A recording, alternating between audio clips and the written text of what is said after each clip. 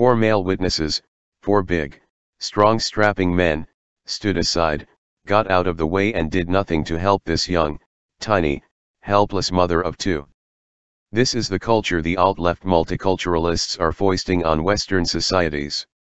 The #MeToo movement hears, sees, and speaks no evil when it comes to real misogyny and basic women's rights. Much of their whining about ogling and lost movie parts are phony metooism and vicious exploitation for some semblance of fame. In Umraniyi, Hakan K., who stabbed his wife who had lived separately, began to be prosecuted with aggravated life imprisonment. The images of the moments of the brutal murder of the young mother of 2 child mothers experienced tension in the case of being watched during the session. The images show that the unfortunate woman has received a large number of knife strokes and no one is running for help.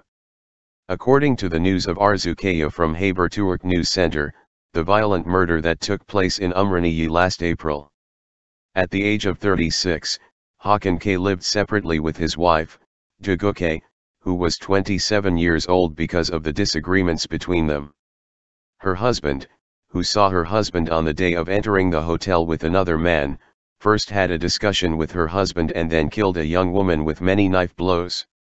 He was sued for life sentence, aggravated by his deliberately killing his wife. How to remember. The defendant Hakan K., who was arrested for the first hearing of the case in the Anatolian Criminal Court of the 12th Criminal Court, participated in the loss of his life with the mother and brother of Dugu K. and the lawyers of the parties. The lawyer of the Ministry of Family and Social Policy intervened in the case.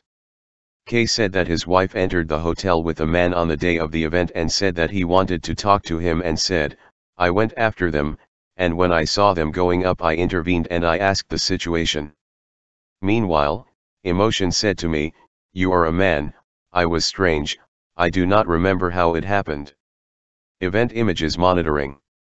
At the stop, the hotel's security camera images of the day of the incident were watched. Mother Yasmin Koc replied by saying "killer, killer" on the shouting, while the brother of the sister said "honesty."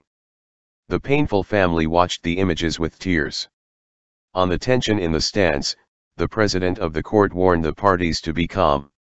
The trial is adjourned for the witnesses to rest.